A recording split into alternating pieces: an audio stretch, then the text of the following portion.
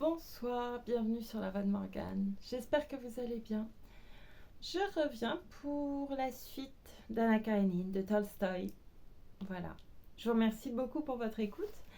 Je vous dis à tout à l'heure. Après cette lecture, j'en étais au chapitre 9 de la 4e partie. Merci encore. 5 heures avaient déjà sonné et plusieurs invités attendaient déjà au salon lorsque le maître de maison fit son entrée en compagnie de Kosnichev et de Pestsov.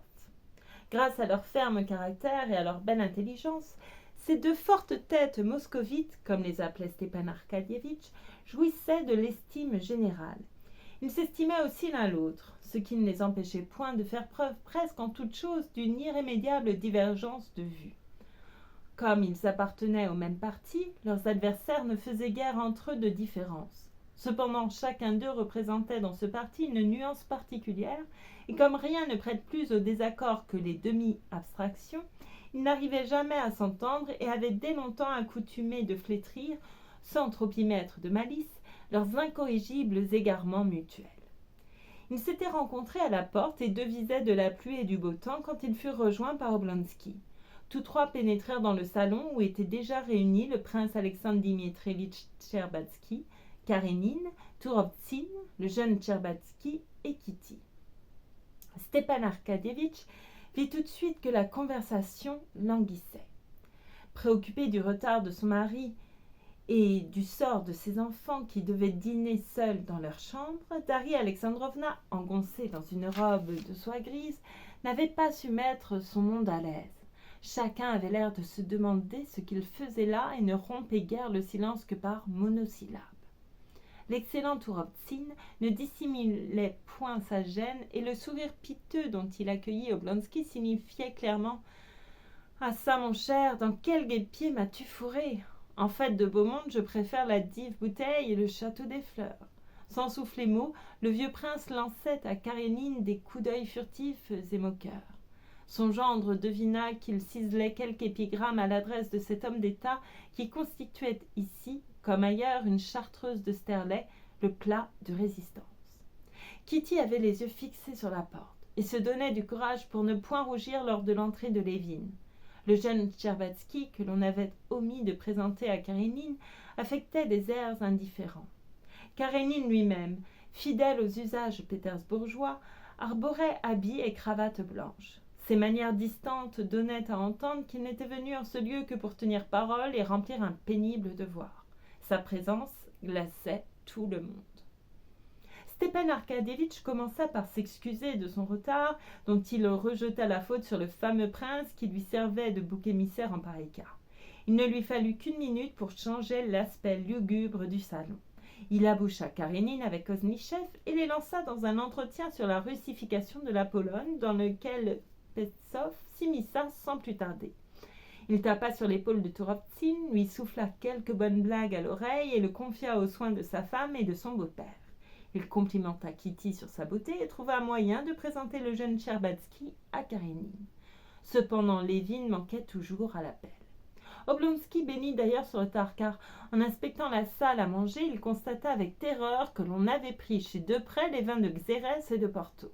Il passa aussitôt à l'office et donna ordre d'envoyer Dardar le cocher chez Levé. En retraversant la salle à manger, il se heurta à Lévin. « Suis-je en retard ?» demanda celui-ci. « Peux-tu ne pas l'être ?» répondit Oblonsky en le prenant par le bras. « Tu as beaucoup de monde, qui ?» demanda Lévin qui rougit involontairement et se prit à secouer avec son gant les flocons de neige égarés sur sa toque. « Rien que la famille. Kitty est ici. Viens que je te présente à Karénine. » En dépit de ses opinions libérales, Oblonsky n'ignorait point que la plupart des gens tenaient à honneur de faire connaissance avec son beau-frère. Il réservait donc à ses meilleurs amis un plaisir que Lévin était ce soir-là bien incapable de goûter pleinement. Le jeune homme, en effet, ne songeait qu'à Kitty, qu'il n'avait point revue depuis la soirée fatale, sauf la courte apparition sur la grande route. Tout au fond de son être, il s'attendait bien à la rencontrer chez Oblonsky. Mais, pour sauvegarder son indépendance d'esprit, il se donnait l'air de ne pas le savoir. Quand il lui fallut se rendre à l'évidence, une terreur mêlée de joie lui ravit le souffle et la parole. « Comment vais-je la trouver ?» songeait-il. « Sera-ce la jeune fille d'autrefois ou celle qui m'est apparue ce matin d'été dans la voiture? Si Daria Alexandrovna avait dit vrai, et pourquoi m'aurait-elle menti? C'est cela, put-il enfin balbutier. Présente-moi à Karénine. Il se précipita dans le salon avec le courage du désespoir. Leurs regards se croisèrent. Il comprit aussitôt que la jeune fille qui s'offrait à sa vue n'était ni celle d'autrefois, ni celle de la voiture. L'effroi, la honte, la timidité lui donnaient un charme nouveau, tandis que Lévin, tout en lui décochant un nouveau regard, allait saluer la maîtresse de maison, la pauvre enfant crut fondre en larmes. Ce trouble n'échappa ni à Lévin ni à Dolly, qui observait sa sœur à la dérobée. Rougissant, pâlissant pour rougir encore, elle finit par imposer à sa physionomie un calme factice. Seules ses lèvres tremblaient légèrement. Il s'approcha d'elle en silence. Le sourire dont elle l'accueillit eût passé pour calme si ses yeux humides et brillants n'avaient trahi son émotion. « Il y a bien longtemps que nous ne nous sommes vus, dit-elle en serrant de ses doigts glacés la main qui lui tendait. Vous ne m'avez pas vu, mais moi je vous ai aperçu en voiture, sur la route de Yergouchovo, répondit Lévin, rayonnant de bonheur. Quand cela, fit-elle toute surprise. Un matin de cet été où vous alliez de la station du chemin de fer à Yergouchovo. Il sentait la joie l'étouffer. Comment, se disait-il, ai-je pu croire à un sentiment qui ne fût pas innocent dans cette touchante créature? Et décidément, il me semble que Daria Alexandrovna avait vu juste. Stepan Arkadyevitch vint le prendre par le bras pour le présenter à Karénine. « Enchanté de vous retrouver ici, dit froidement celui-ci en serrant la main de Lévin. « Comment, vous vous connaissez » demanda Oblonsky, très surpris. « Nous avons passé 3 heures ensemble en wagon et nous nous sommes quittés aussi intrigués qu'au bal masqué. Moi, du moins. »« Vraiment ?»« S'il vous plaît, messieurs, dit Stepan Arkadyevitch en se dirigeant vers la salle à manger. Les hommes le suivirent et s'approchèrent de la crédence où les attendait un encas de hors-d'œuvre. 6 sortes d'eau-de-vie flanquaient autant d'espèces de fromages, plusieurs variétés de caviar, des harengs, une profusion de conserves, des monticules de tartines. Tandis que ces messieurs, debout près de la crédence, faisaient honneur à cette préface au dîner, la russification de la Pologne marqua un temps d'arrêt. Kosnichev, qui s'entendait mieux que personne à donner une conclusion plaisante aux entretiens les plus abstraits, avait offert une nouvelle preuve de son atticisme. Karénine démontrait que seuls les principes élevés qui guideraient l'administration russe obtiendraient le résultat désiré. Petsov soutenait qu'une nation ne peut en assimiler une autre que si elle l'emporte en densité de population. Kosnichev, qui partageait avec des restrictions les 2 points de vue, dit en souriant comme il quittait le salon: « La meilleure méthode, voyez-vous, serait d'avoir le plus d'enfants possible. C'est là où mon frère et moi sommes en défaut, tandis que vous, messieurs, et surtout Stepan Arkadyevitch, agissez en bons patriotes. Combien en avez-vous » demanda-t-il à celui-ci en lui tendant un petit verre. Chacun rit, Oblonsky plus que personne. C'est en effet la meilleure méthode, approuva-t-il en mâchonnant une languette de fromage et en versant à Kosnichev une eau-de-vie d'une saveur toute spéciale. Ce fromage n'est vraiment pas mauvais. Goûtez-le donc. Ah ça, est-ce que tu fais toujours de la gymnastique continua-t-il en prenant Lévin par le bras. Et comme il sentait les muscles d'acier de son ami se tendre sous le drap de la redingote, « Quel biceps » conclut-il. « Tu es un vrai Samson. » Pour chasser l'ours, il faut, je suppose, être doué d'une force considérable, s'enquit Alexis Alexandrovitch, qui s'évertuait à étendre un morceau de fromage sur une tartine fragile comme une toile d'araignée. Pardon. Il n'avait sur la chasse que des notions fort vagues. Lévin ne put se défendre de sourire. « Nullement, dit-il. Un enfant peut tuer un ours. » Et il fit place aux dames qui s'approchaient à leur tour de la crédence. « On m'a dit que vous veniez de tuer un ours, dit Kitty aux prises avec un champignon récalcitrant. Sa fourchette glissait, elle s'impatientait, rejetait en arrière les dentelles de sa manche, découvrait un peu de son joli bras. « Y a-t-il vraiment des ours chez nous » ajouta-t-elle en tournant à demi vers lui son visage souriant. Combien ces paroles, insignifiantes en elles-mêmes, ce son de voix, ces mouvements des yeux et des lèvres avaient de charme pour lui. Il y voyait une demande de pardon, un acte de confiance, une promesse, une espérance, une indéniable preuve d'amour qui l'étouffait de bonheur. Oh non, répondit-il en riant, nous avons été chassés dans la province de Tver, et c'est au retour de cette excursion que j'ai rencontré votre beau-frère, c'est-à-dire le beau-frère de votre beau-frère. La rencontre a été comique. Il se dépeignit fort plaisamment, faisant irruption, harassé et mis, comme un paysan, dans le compartiment d'Alexis Alexandrovitch. Contrairement au dicton, le conducteur me jugeait sur ma mise et voulait m'éconduire. J'ai dû avoir recours à des paroles bien senties. Et vous aussi, dit-il en se tournant vers Karénine et sans l'appeler par ses prénoms qu'il avait d'ailleurs oubliés, vous aussi redoutiez d'abord ma peau de mouton, mais ensuite vous avez pris ma défense, et vous m'en voyez très reconnaissant. Les droits des voyageurs au choix des places sont vraiment trop peu déterminés, répondit Karénine en s'essuyant le bout des doigts. Oh, j'ai bien remarqué votre hésitation, dit Lévin avec un sourire de bonhomie. C'est pourquoi j'ai entamé un sujet de conversation sérieux, pour vous faire oublier ma peau de mouton. Koznichev, qui, tout en causant avec la maîtresse de maison, prêtait l'oreille aux propos de son frère, lui lança un coup d'œil ébahi. Qu'a-t-il donc aujourd'hui, songea-t-il? D'où lui viennent ces airs conquérants? Il ne se doutait guère que Lévin se sentait pousser des ailes. Elle l'écoutait. Elle prenait plaisir à l'entendre parler. Tout autre intérêt disparaissait devant celui-là. Il était seul avec elle, non seulement dans cette chambre, mais dans l'univers entier, et planait à des hauteurs vertigineuses, tandis qu'en bas rampaient ses excellents Karénine, Oblonsky et le reste de l'humanité. Quand on se mit à table, Stepan Arkadievitch fit mine de ne pas voir Lévin et Kitty. Puis, se rappelant tout à coup leur existence, il les plaça l'un auprès de l'autre aux deux seules places qui restaient libres.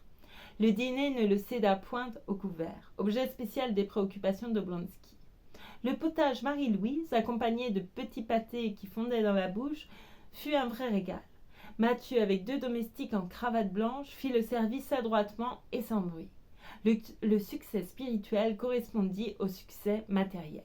Tantôt générale, tantôt particulière, la conversation ne tarit point, si bien qu'au lever de table, Karénine lui-même était dégelé. Pardon. Chapitre 10. Petsov, qui aimait traiter une question à fond, avait d'autant moins goûté la conclusion de Koznichev que lui-même commençait à voir le peu de justesse de son point de vue. En parlant de la densité de la population, reprit-il dès le potage en s'adressant spécialement à Alexis Alexandrovitch, je voulais dire qu'il fallait tenir compte des forces latentes et non pas seulement des principes. Il me semble que cela revient au même, laissa lentement tomber Alexis Alexandrovitch. À mon sens, un peuple ne peut avoir d'influence sur un autre peuple qu'à la condition de lui être supérieur en civilisation. Voilà précisément la question, interrompit Petsov, qui avait toujours hâte de parler et semblait mettre toute son âme à défendre ses opinions. Comment doit-on entendre cette civilisation supérieure? Qui donc, parmi les diverses nations de l'Europe, prime les autres? Est-ce l'anglais, le français ou l'allemand qui nationalisera ses voisins? Nous avons vu franciser les provinces rhénanes. Est-ce une preuve d'infériorité du côté des Allemands? Non. Il y a là une autre loi, cria-t-il de sa voix basse. Non, il y a là une autre loi, cria-t-il de sa voix basse.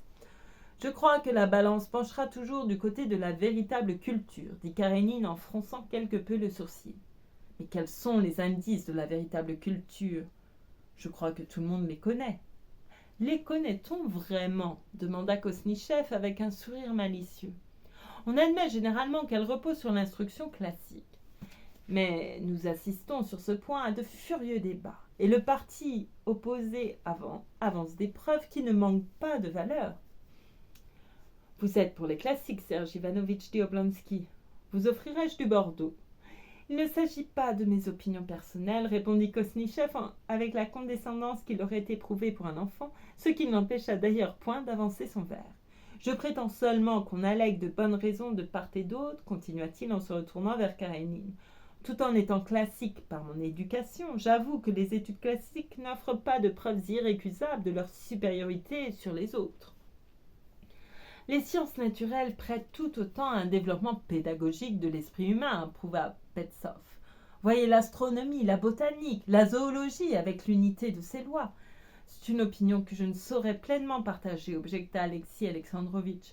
L'étude des langues anciennes contribue beaucoup au développement de l'intelligence. D'autre part, les écrivains de l'Antiquité exercent une influence éminemment morale. tandis que pour notre malheur, on joint à l'étude des sciences naturelles des doctrines funestes et fausses qui sont le fléau de notre époque.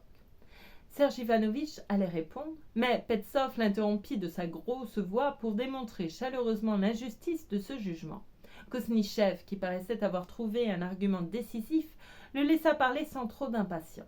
Quand il put enfin placer un mot.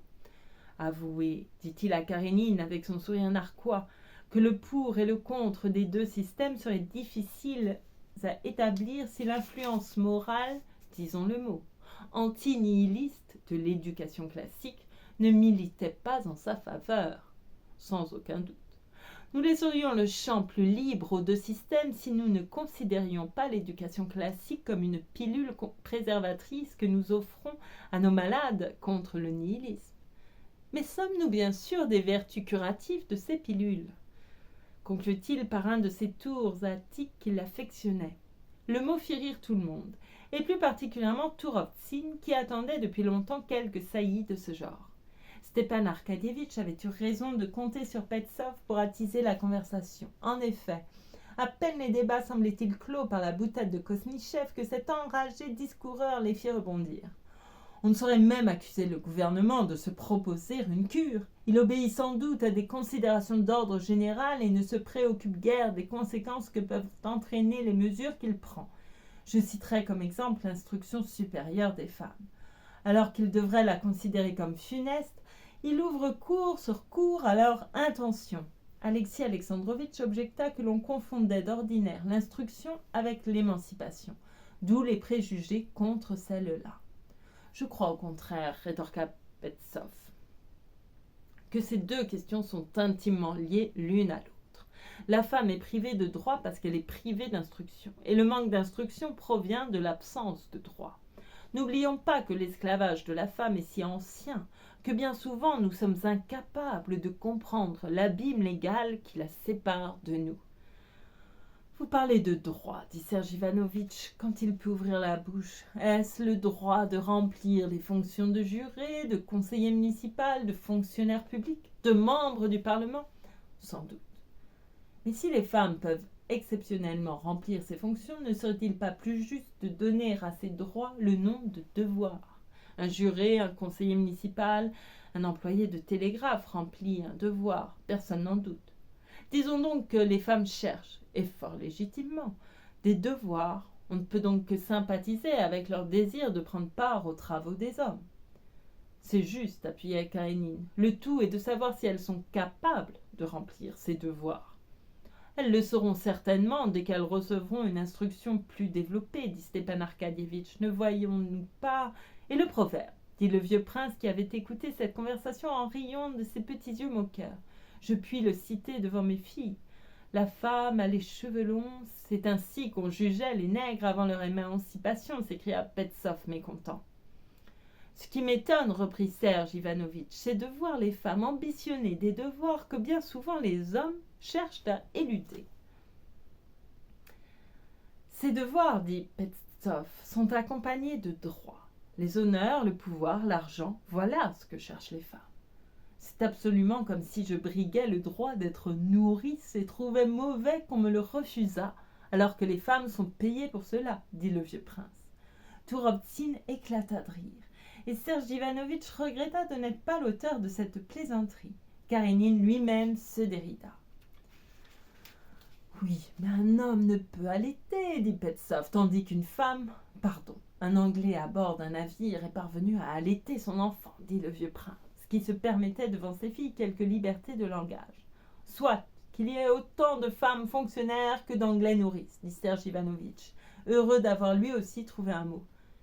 Mais les filles sans famille, demanda Stepan Arkadievitch, qui, en soutenant Petsov, avait toujours eu en vue la Tchibissov, sa petite danseuse. Si vous scrutez la vie de ces jeunes filles, dit fort inopinément Darya Alexandrovna, et non sans aigreur, car elle avait deviné à qui son mari faisait allusion, vous trouverez certainement qu'elles ont abandonné une famille dans laquelle des devoirs de femmes étaient à leur portée. Peut-être. Mais nous défendons un principe, un idéal, riposta Petsov de sa voix tonnante. La femme réclame le droit à l'indépendance et elle souffre de son impuissance à l'obtenir. Et moi je souffre de n'être pas admis comme nourrice à la maison des enfants trouvés, répéta le vieux prince à la grande joie de Tourovtsine qui laissa choir par le gros bout une asperge dans sa sauce. Qui en laisse choir par le gros bout une asperge dans sa sauce. Seuls Kitty et Lévin n'avaient pris... chapitre 11. Seuls Kitty et Lévin n'avaient pris aucune part à la conversation générale. Au commencement du dîner, quand on parla de l'influence d'une nation sur une autre, Lévin se remémora involontairement les idées qu'il s'était faites à ce sujet. Mais il se sentit incapable d'y mettre de l'ordre et trouva bizarre qu'on pût s'embarrasser d'un problème qui naguère encore le passionnait et qui maintenant lui paraissait parfaitement oiseux. De son côté, Kitty aurait dû s'intéresser à la discussion sur les droits des femmes, question dont elle s'était souvent occupée, tant à cause de son amie Varinka dont la dépendance était si rude, que pour son propre compte dans le cas où elle ne se marierait pas. Souvent sa sœur et elle s'étaient disputées à ce sujet. Combien cela l'intéressait peu maintenant. Entre Lévin et elle s'établissait une sorte d'affinité sérieuse qui les rapprochait de plus en plus et leur causait un sentiment de joyeuse terreur au seuil de cet inconnu dans lequel il s'engageait. Kitty lui ayant demandé où il l'avait aperçu en été, Lévin lui raconta qu'il revenait des prairies par la grande route après le fauchage. C'était de très grands matins, par un temps superbe. Vous veniez sans doute de vous réveiller. Votre maman dormait encore dans son coin. Je marchais en me demandant, une voiture à 4 chevaux? Qui cela peut-il être? Et tandis que les chevaux, de belles bêtes, ma foi, passent en agitant leurs grelots, vous m'apparaissez tout à coup comme un éclair. Vous étiez assise comme cela près de la portière, tenant à 2 mains les rubans de votre coiffure de voyage, et vous sembliez plongée dans de profondes réflexions. Comme je voudrais savoir à quoi vous pensiez, ajouta-t-il en souriant. Était-ce à quelque chose de bien important? Pourvu que je n'ai pas été décoiffée, se dit Kitty. Mais en voyant le sourire enthousiaste que ce souvenir faisait naître sur les traits de Lévin, elle se rassura sur l'impression qu'elle avait produite. Je n'en sais vraiment plus rien, répondit-elle, rieuse et rougissante. Comme Tourovtsine rit de bon cœur, dit Lévin, admirant la gaieté de ce brave garçon dont les yeux étaient humides et le corps soulevé par le rire. Le connaissez-vous depuis longtemps? Demanda Kitty. Qui ne le connaît? Vous ne paraissez pas avoir une très bonne opinion de lui. Il m'a tout l'air d'un pas grand-chose. Vous vous trompez, et vous allez me faire le plaisir de rétracter bien vite votre opinion. Moi aussi, je l'ai autrefois mal jugé. Mais c'est, je vous assure, un très bon garçon, un cœur d'or. Comment avez-vous fait pour apprécier son cœur? Nous sommes de très bons amis, je le connais à fond. L'hiver dernier, peu de temps après votre visite, dit-elle avec un sourire contraint mais confiant, les enfants de Dolly ont eu la scarlatine, et un jour qu'il était venu lui faire visite, le croiriez-vous, continua-t-elle en baissant la voix, il l'a prise en si grande pitié qu'il l'a aidée pendant 3 semaines à soigner les petits malades. Je raconte à Constantine Dmitrich la conduite de Tourovtsine pendant la scarlatine, dit-elle en se penchant vers sa sœur. Oui, il a été admirable, répondit Dolly en regardant avec un bon sourire le brave Tourovtsine qui se doutait bien qu'on parlait de lui. Lévin le regarda à son tour et s'étonna de ne pas l'avoir compris jusque-là. Pardon, jamais je ne jugerai légèrement personne, s'écria-t-il d'une voix joyeuse. Cette fois-ci, il exprimait bien sincèrement ce qu'il ressentait. Chapitre 12. La discussion sur l'émancipation des femmes offrait un côté épineux à traiter devant des dames, celui de l'inégalité des droits entre époux. À plusieurs reprises pendant le dîner, Petsov effleura la question, mais chaque fois, Kosnichev et Oblonsky firent adroitement dévier l'entretien. Au lever de table, Petsov, se refusant à suivre les dames au salon, retint Alexis Alexandrovitch pour lui démontrer que la raison principale de cette inégalité tenait, à l'en croire, à la différence qu'établissent la loi et l'opinion publique entre l'infidélité de la femme et celle de son mari. Stepan Arcadievitch offrit précipitamment un cigare à son beau-frère. « Non, je ne fume pas, répondit celui-ci du ton le plus tranquille et, comme pour prouver qu'il ne redoutait pas ce sujet, il dit à Petsov avec un sourire glacial « Cette différence découle, il me semble, de la nature même des choses. Il se dirigeait vers le salon quand Tourovtsine, émoustillé par le champagne et d'ailleurs impatient de rompre un silence qui lui pesait depuis longtemps, s'écria, son bon gros sourire habituel flottant sur ses lèvres rouges et humides. « Vous a-t-on raconté l'histoire de Priatchnikov ? On m'a dit tantôt qu'il s'était battu à Tver avec Vitsky et qu'il l'avait tué. » Il s'adressait plus particulièrement à Karénine comme au principal convive. Chacun semblait avoir à cœur de toucher le point sensible de cet homme et cependant, rebelle aux efforts d'Oblonsky pour l'entraîner, « Pourquoi Priatchnikov s'est-il battu » demanda-t-il soudain intéressé. « À cause de sa femme. Il s'est bien conduit, il a provoqué son rival et il l'a tué. » « Ah » fit d'une voix neutre Alexis Alexandrovitch, et le sourcil froncé, il passa dans le petit salon. Dolly, qui l'y attendait, lui dit avec un sourire craintif. « Comme je suis heureuse que vous soyez venu. J'ai besoin de vous parler. Asseyons-nous ici. » Alexis Alexandrovitch, conservant l'air d'indifférence que lui donnaient ses sourcils froncés, s'assit auprès d'elle. « D'autant plus volontiers, dit-il avec un sourire figé, que je vais bientôt me retirer. Je pars demain matin. » Fermement convaincue de l'innocence d'Anna, Dolly se sentait pâlir et trembler de colère devant cet être insensible qui se disposait froidement à perdre sa chère belle-sœur et amie. Excusez-moi. Alexis Alexandrovitch, dit-elle en rassemblant toute sa fermeté pour le regarder bien en face. Je vous ai demandé des nouvelles d'Anna et vous ne m'avez pas répondu. Que devient-elle ? Je suppose qu'elle se porte bien, Daria Alexandrovna, répondit-il en évitant son regard. Pardonnez-moi si j'insiste sans en avoir le droit, mais j'aime Anna comme une sœur. Dites-moi, je vous en conjure, ce qui se passe entre vous et elle. De quoi l'accusez-vous, voyons ? Alexis Alexandrovitch se renfrogna et, les yeux à demi clos, baissa la tête. Votre mari vous aura sans doute indiqué les raisons qui m'obligent à rompre avec Anna Arkadievna, dit-il en jetant un coup d'œil mécontent sur le jeune Tcherbatsky qui traversait la pièce. Je ne crois pas et ne croirai jamais tout cela, murmura Dolly en serrant d'un geste énergique ses mains amaigries. Elle se leva brusquement et, touchant de sa main la manche d'Alexis Alexandrovitch, « Nous ne serons pas tranquilles ici, dit-elle. Venez par là, je vous en prie. » L'émotion de Dolly se communiquait à Karénine. Il obéit, se leva et la suivit dans la salle d'études des enfants, où ils s'assirent devant une table que couvrait une toile cirée entaillée de coups de canif. « Je ne crois à rien de tout cela, répéta Dolly, cherchant à saisir ce regard qui fuyait le sien. « Peut-on nier des faits, Daria Alexandrovna ?» dit-il en appuyant sur le dernier mot. « Mais quelle faute a-t-elle commise, voyons ? Elle a manqué à ses devoirs et trahi son mari. Voilà ce qu'elle a fait. Non, non, c'est impossible. Non, dites-moi que vous vous trompez, s'écria Dolly en fermant les yeux et en se prenant les tempes. Alexis Alexandrovitch sourit froidement du bout des lèvres. Il voulait ainsi prouver à Dolly et se prouver à lui-même que sa conviction était inébranlable.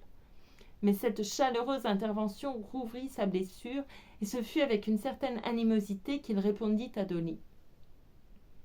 L'erreur est difficile quand la femme vient elle-même déclarer au mari que 8 années de mariage et un fils ne comptent pour rien et qu'elle veut recommencer sa vie. Anna et le vice ?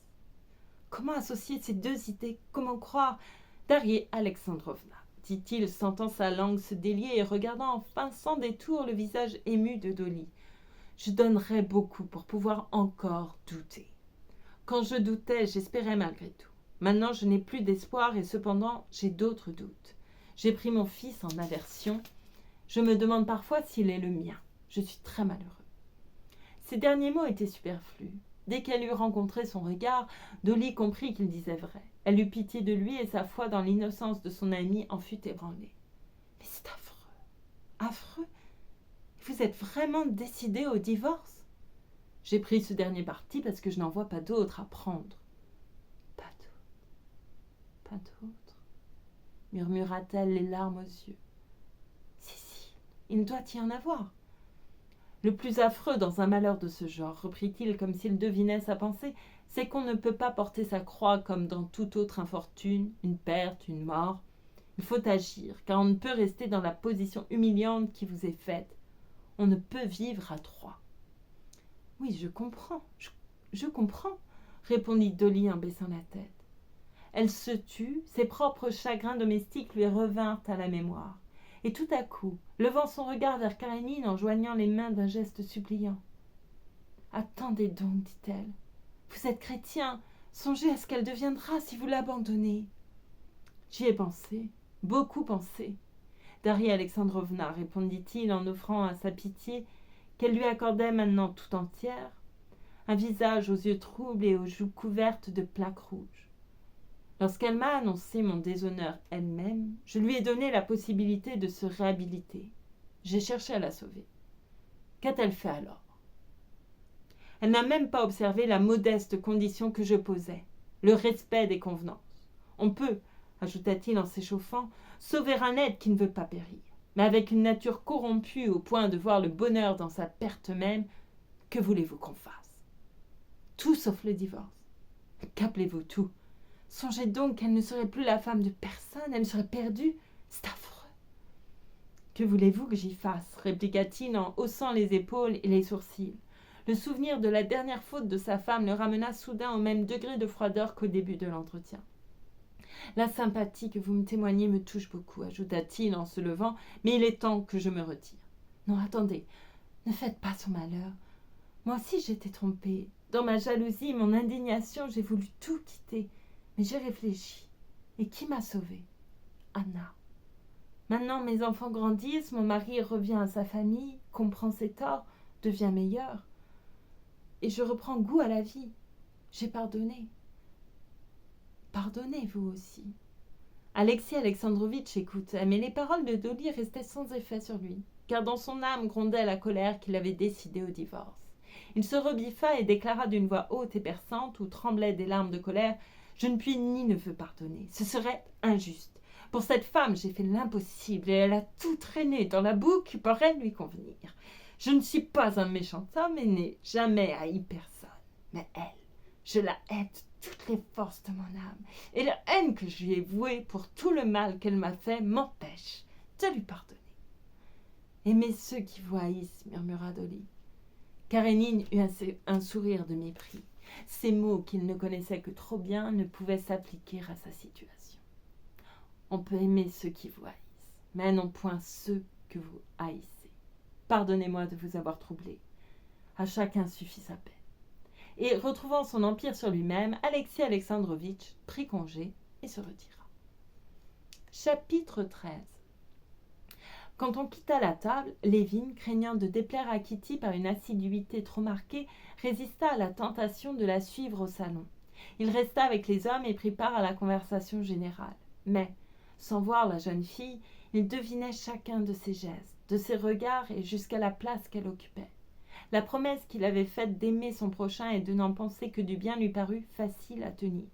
La conversation tomba sur la commune rurale, que Pestsov considérait comme un principe typique auquel il donnait le nom bizarre de « principe choral ». Lévin partageait aussi peu son avis que celui de son frère qui reconnaissait et niait tout à la fois la valeur de cette institution. Il chercha cependant à rapprocher leurs points de vue sans s'intéresser le moins du monde ni à leurs arguments ni à ses propres paroles. Son unique désir était de voir chacun heureux et content. Une seule personne comptait pour lui dans le monde. Cette personne, après avoir séjourné au salon, s'était approchée de la porte. Il sentit un regard et un sourire fixés sur lui et fut contraint de se retourner. Elle était là, en compagnie du jeune Tcherbatsky, et elle le regardait. « Je pensais que vous alliez vous mettre au piano, dit-il en allant à elle. Voilà ce qui me manque à la campagne, la musique. Non, nous venions tout simplement vous chercher et je vous remercie d'avoir compris, répondit-elle en le récompensant d'un sourire. Quel plaisir y a-t-il à discuter ? On ne convainc jamais personne. C'est vrai. Il arrive parfois que l'on discute uniquement parce que l'on n'arrive pas à comprendre ce que prétend démontrer votre interlocuteur. Il arrive fréquemment même à des gens de valeur de s'apercevoir que tel ou tel débat qui s'est élevé entre eux et leur a coûté de grands efforts de logique et une énorme dépense de parole n'est au fond qu'une question de préférence. Chacun d'eux craignant de dévoiler la sienne par crainte de la voir mettre en doute. Si l'un des adversaires parvient par 2 retours de phrases à faire saisir et partager sa prédilection à l'autre, la discussion tombe d'elle-même. Voilà ce que voulait dire Lévin, qui plus d'une fois avait fait pareille constatation. Le front plissé, Kitty s'efforçait de comprendre, et déjà Lévin voulait lui venir en aide quand soudain « Ah, j'ai saisi !» s'écria-t-elle. « Il faut d'abord comprendre les raisons qui poussent votre adversaire à discuter. Deviner ses goûts, alors ?» Lévin sourit de bonheur. Elle exprimait en termes très clairs l'idée qu'il avait assez gauchement exposée. Quelle différence entre cette manière sobre, laconique d'échanger les pensées les plus complexes et la prolixité chère à Petsoff et à son frère. Tcherbatsky les ayant quittés, elle s'assit à une table de jeu et se mit à tracer à la craie des cercles sur le drap vert. Lévin remit sur le tapis la fameuse question des occupations féminines. Il partageait sur ce point l'opinion de Dolly et crut l'étayer d'un argument nouveau en soutenant que toute famille, riche ou pauvre, a toujours eu et aura toujours besoin d'auxiliaires, bonnes, gouvernantes, etc., prises soit dans son sein, soit en dehors d'elle. Non, affirma Kitty en rougissant, ce qui ne l'empêcha pas de lever sur lui un regard limpide et hardi. Non, il y a des cas où une jeune fille ne peut entrer dans une famille sans s'exposer à une humiliation où elle-même... Il comprit l'allusion. Oui, oui, s'écria-t-il, vous avez 1000 fois raison. Ses craintes virginales lui firent enfin apprécier la valeur des arguments de Petsoff, et par amour pour Kitty, il renonça à ses propres théories. Un silence tomba. Elle maniait toujours son bâton de craie. Ses yeux brillaient d'un doux éclat. Une rafale de bonheur emportait Lévin. « Ah, mon Dieu, j'ai couvert toute la table de mes griffonnages, dit-elle en déposant la craie et en faisant mine de se lever. Comment ferais-je pour rester sans elle, pensa Lévin avec terreur. Attendez, dit-il en s'asseyant à son tour, il y a longtemps que je voulais vous demander une certaine chose. Il posa sur elle un regard tendre, quelque peu craintif. Demandez. Voici, dit-il en traçant à la craie des lettres. Q, V, M, A, R, C, E, I, A, O, T, qui étaient les premières des mots. Quand vous m'avez répondu « c'est impossible », était-ce impossible alors ou toujours ? Il était peu vraisemblable que Kitty pût comprendre cette question compliquée. Néanmoins, il la regarda de l'air d'un homme dont la vie dépendait de l'explication de cette phrase. Elle appuya le front sur sa main et se mit à déchiffrer avec beaucoup d'attention, interrogeant parfois Lévin des yeux. « J'ai compris, » dit-elle enfin en rougissant. « Que veut dire cette lettre ?» lui demanda-t-il en indiquant le thé. « Toujours. » Mais cela n'est pas vrai. Il effaça brusquement ce qu'il n'avait écrit et lui tendit la craie. Elle écrivit A, J, N, P, R, D. Quand elle aperçut sa sœur, la craie à la main, un sourire timide et heureux aux lèvres, levant les yeux vers Lévin qui promenait de la table à la jeune fille un regard enflammé, Dolly se sentit consolée de son entretien avec Karénine. Soudain, Lévin rayonna de joie. Il avait compris la réplique. Alors, je ne pouvais répondre différemment. Il l'interrogea d'une œillade craintive. Seulement alors ? Oui, répondit le sourire de la jeune fille. Et maintenant ? demanda-t-il. Lisez, je vais vous dire ce que je souhaite de toute mon âme. Elle traça les premières lettres des mots que vous puissiez oublier et pardonner. De ses doigts tremblants, il saisit le bâton de craie, le brisa dans son trouble et répondit de la même façon « Je n'ai rien à oublier ni à pardonner, car je n'ai jamais cessé de vous aimer. » Kitty le regarda et son sourire se figea. « J'ai compris, » murmura-t-elle. Il s'assit et écrivit une longue phrase. Elle la comprit sans hésitation et lui répondit par une autre, dont il fut longtemps à saisir le sens, le bonheur lui enlevant l'usage de ses facultés. Mais dans les yeux ivres de joie de Kitty, il lut ce qu'il désirait savoir. Il écrivit encore 3 lettres, mais la jeune fille, lui arrachant la craie, termina elle-même la phrase et y répondit par un oui en toutes lettres.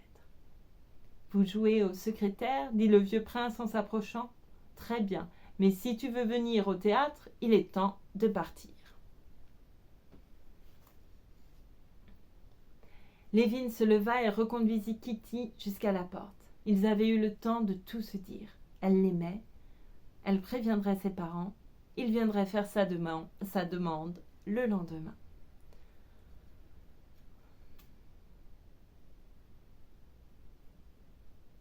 Je vais m'arrêter là pour cette lecture.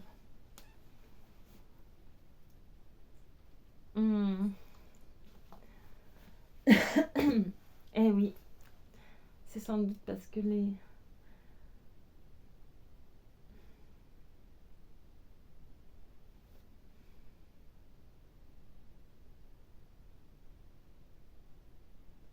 on va pas parler ici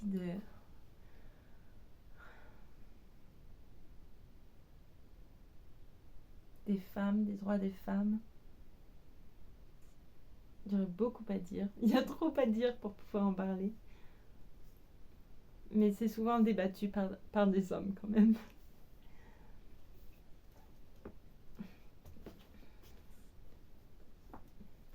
Mais c'est vrai que l'éducation, ça a toujours été quelque chose d'important. Pas que pour les femmes d'ailleurs.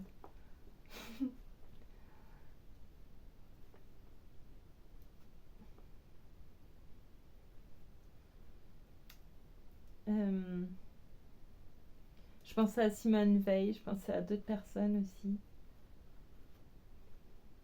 qui ont trouvé ça important.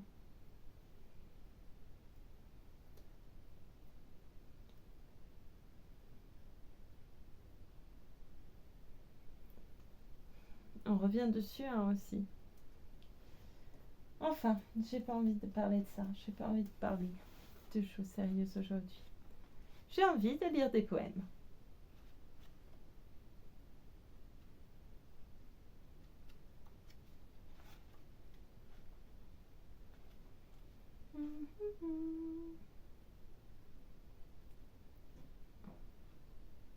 Nazim Hikmet. Dimanche. Aujourd'hui, c'est dimanche. Pour la première fois aujourd'hui, ils m'ont laissé sortir au soleil, et moi, pour la première fois de ma vie, m'étonnant qu'il soit si loin de moi, qu'il soit si bleu, qu'il soit si vaste. Je regardais le ciel sans bouger. Puis je me suis assis à même la terre, avec respect. Je me suis adossé au mur blanc. En cet instant, pas question de gamberger. En cet instant, ni combat, ni liberté, ni femme. La terre, le soleil et moi. Je suis heureux. Nazim Hikmet, il a résisté sa vie durant avec des mots. Ses armes étaient la beauté et la langue. Il a passé 18 ans dans les prisons turques parce qu'il était membre du Parti communiste. Il s'y attela à écrire certains des plus beaux poèmes d'amour pour les paysages humains. À présent, son visage est sur les timbres-poste. 1901-1963.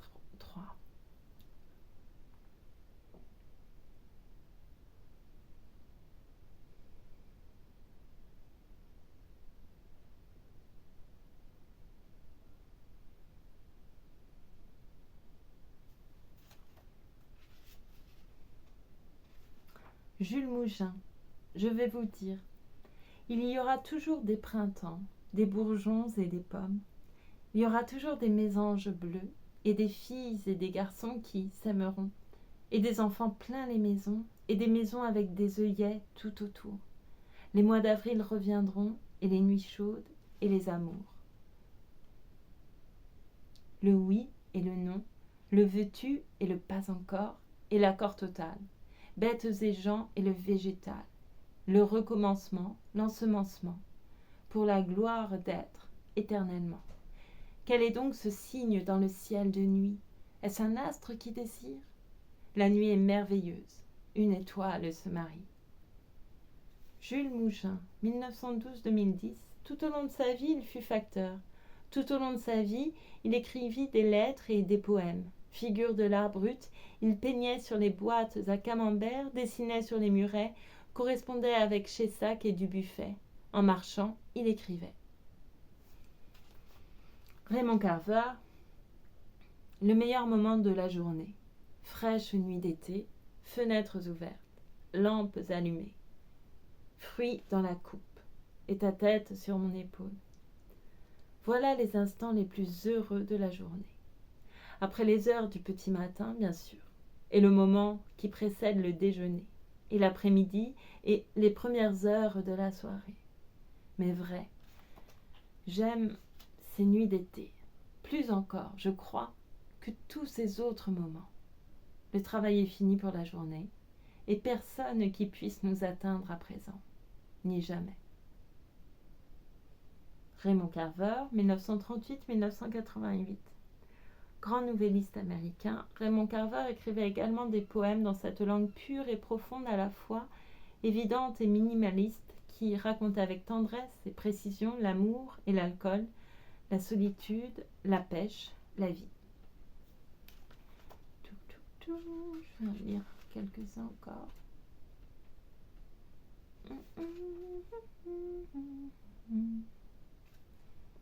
Au printemps, c'est l'aurore. Au printemps, c'est l'aurore que je préfère. La cime des monts devient peu à peu distincte et s'éclaire faiblement. Des nuages violacés s'allongent en minces traînées. En été, c'est la nuit. J'admire, naturellement, le clair de lune. Mais j'aime aussi l'obscurité où volent en se croisant les lucioles. Même s'il pleut, la nuit d'été me charme. En automne, c'est le soir.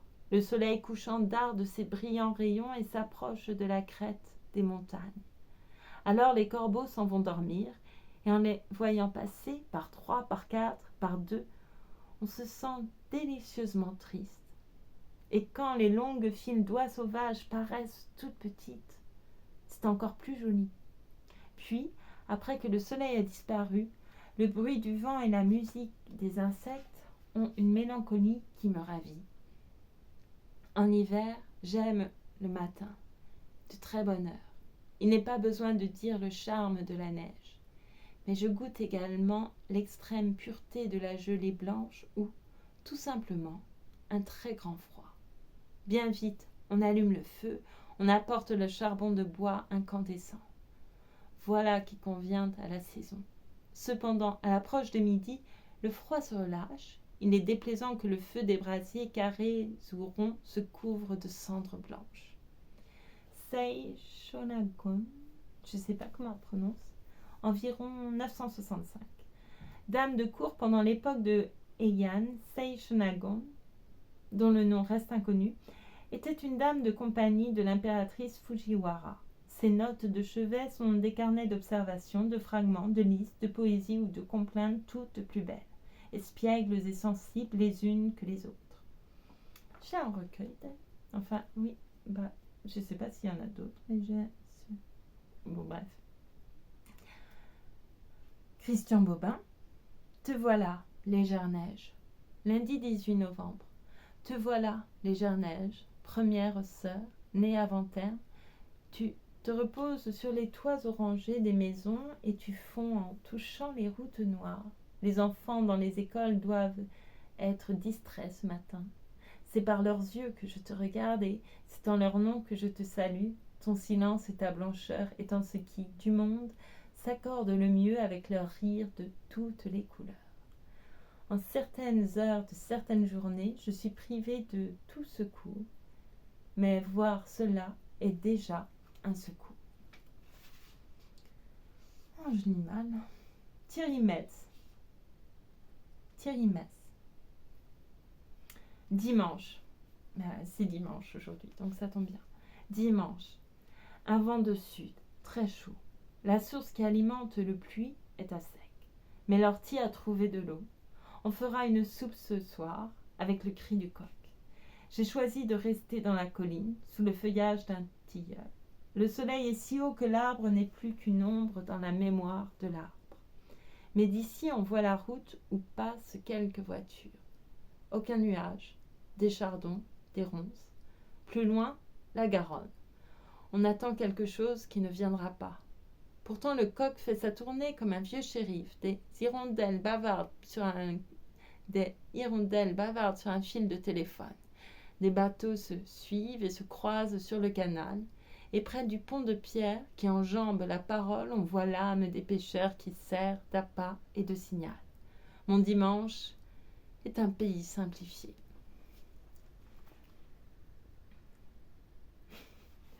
C'est drôle, leur dimanche ressemble à mon dimanche. Thierry Metz, 1956-1997. Il fut manœuvre pour vivre et poète pour survivre. Tout se faisait à la main, construction et destruction. Traversé par un grand malheur intime, il finit par sombrer. Mais avant, son journal d'un manœuvre montre comment bâtir mot à mot, pierre par pierre, au quotidien, un passage sur la terre. Et je l'avais découvert grâce à Joseph Pompus qui en fait mention dans À la ligne.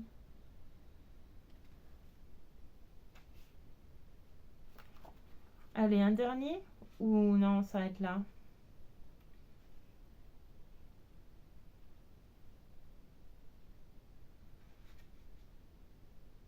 Allez, Emily Jane. Allez, 2. Pour voir comment ça fait dans les yeux, les abeilles, ton portrait sur la table, on entend des oiseaux chanter dans les étables, des mains se disputer les graines sous le toit, des coquelicots qui aboient. Je ferme les paupières, trop tard. Je suis déjà dans la haute lumière de tes joues. Tout ce qui fait la nuit ne peut rien contre nous. René Guicadou, 1920-1951. Dis donc, ils vivent pas vieux tous ces poètes.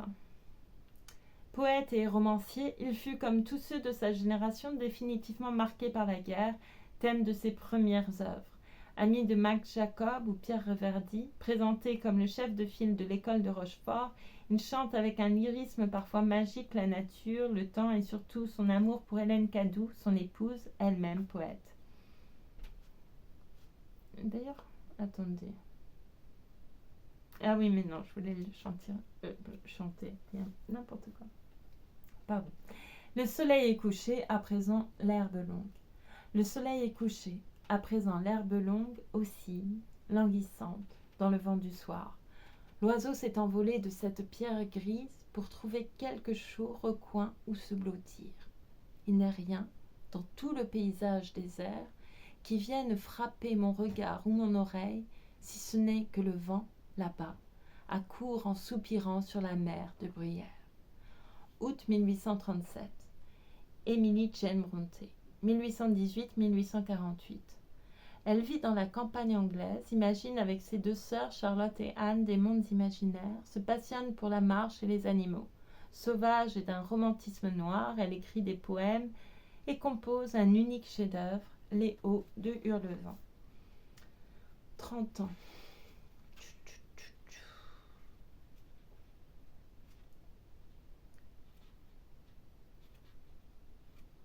Allez, c'est fini.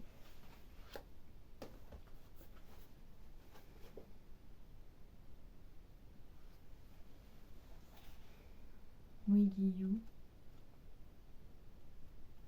Camus.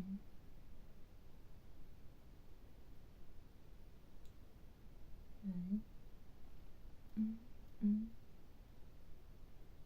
Je parle pas des âges, je pense à autre chose.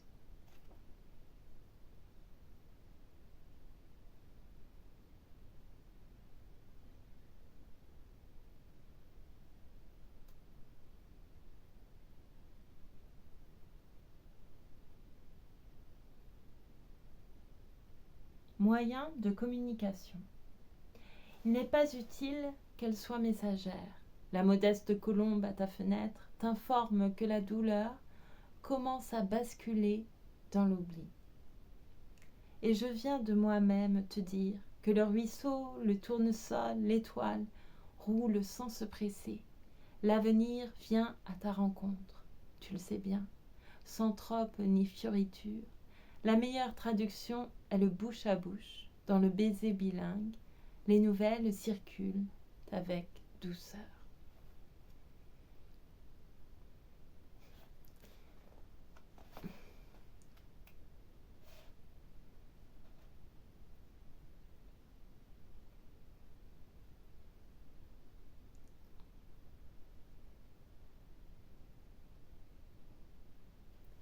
When you are smiling.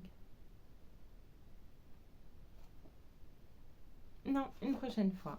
Allez, trop de poèmes sinon. C'était une drôle de journée de lecture.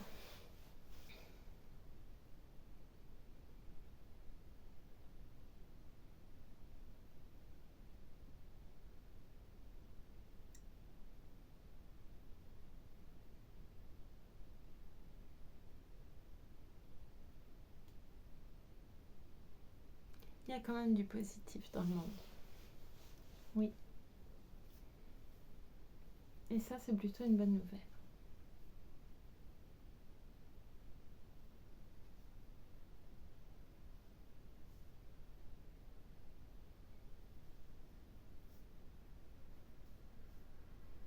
Pardon, j'oublie que je suis avec vous et je ne le suis pas vraiment.